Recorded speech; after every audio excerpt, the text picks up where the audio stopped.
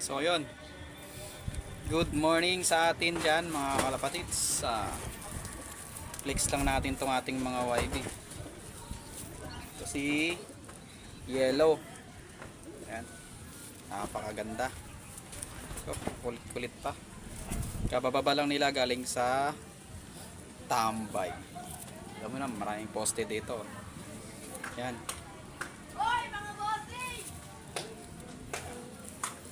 So hindi pa sila nagmo-mold. Ito yung anak ni Almond at saka ni ating black chick na kagandang ibon, ya. So hindi pa nagkukulay yung mga mata nila. Ting konti na lang. Yung mga 2 weeks or ano, kukulay na to. Malinaw na yung paningin nila eh. Sa mga probiotic na ginagamit natin. Naman. So, yan si Dilaw. Naka-comb-ring siya. Naka PHA. Yan, comb-ring lang nilagay natin. So, yan si Dilaw. Yan na. So, dito sila yan. Isa.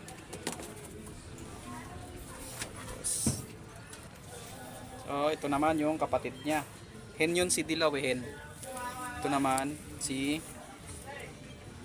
Red. So, ito, kak to kak. Okay. Pareho silang, kakahawak ko lang kasi hindi ko sila ganong hinahawakan ngayon lang. So, malaki rin katawan niya. Kaya sa tatay niya yung katawan niya. Almond kasi yung tatay nito eh. Hybrid. So nagmo-mold siya. Nag-uumpisa na siya mag-mold. Ayan. Masakit pa yung katawan nito.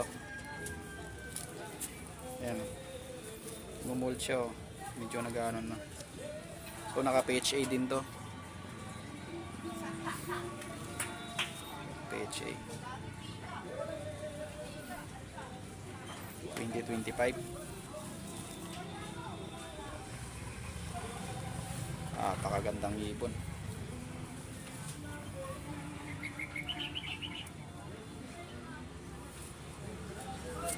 Ayan.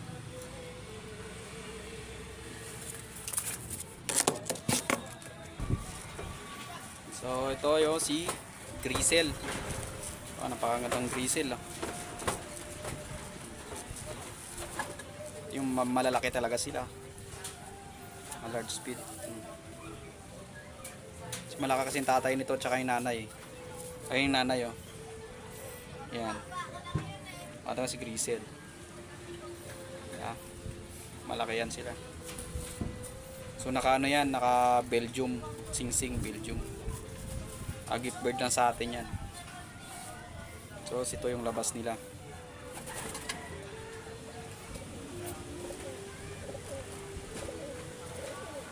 So ito yung sumunod kila ay puti.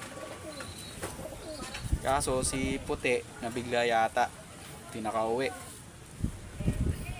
Unang-unang toss niya 10 km air distance pa lang yun. Naligaw yata, sumama sa iba. Mahilig kasi sumama sa karamihan yun. Yun ang hindi natin na ano. So wala tayong magagawa. Ganun talaga. Para sa atin. Pero ano, para sa kanila data yun. Hindi na umuwi. So pag-iibon, hindi naman natin masabi kung homing talaga sila o hindi. Kasi pag homing, kahit ilang araw o buwan pa yan, uuwi yan. Pero si puti, malamang pag nilipad yun dito malapit lang sa Cavite, uuwi yun. Tama yung sumunod, sinundan niya. Anong sumunod sa kanya? Dalawa. Ito kakto. Kakyan siya. Nalilinaw ng mga mata oh. Hindi pa nagkukulay pero nalilinaw ng mga mata niyan.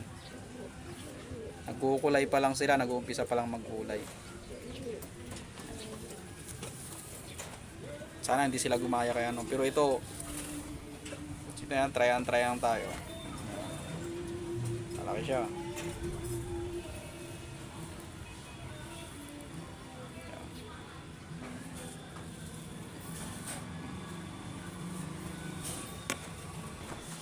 So, ito naman si Blue Bar. Naglabas ng Blue Bar si Grisel, yung nanay nila. Si checkered yung ano niyan eh. Suwari ko may lahi yata silang Blue Bar. So, yan. Lalaki. Suwari ko ito or hen or cock kasi matapang din eh. Kukulay pa lang yung mata nila.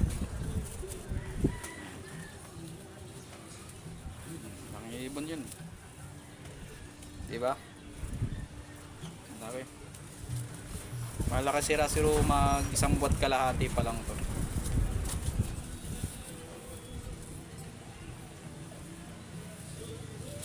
Sabi,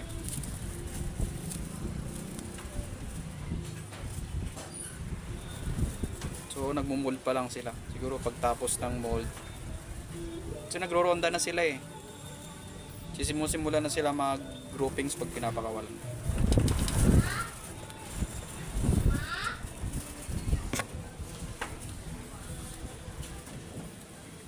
Ito yung blue bar. Ang ganda ng pagka blue bar niya.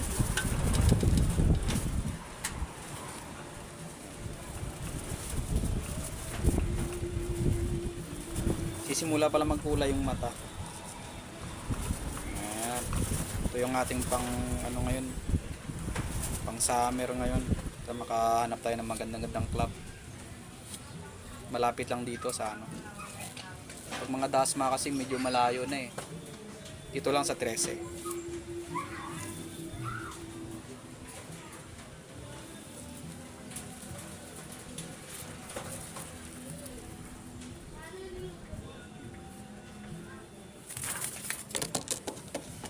So, ingat mga kalapatids at magandang umaga.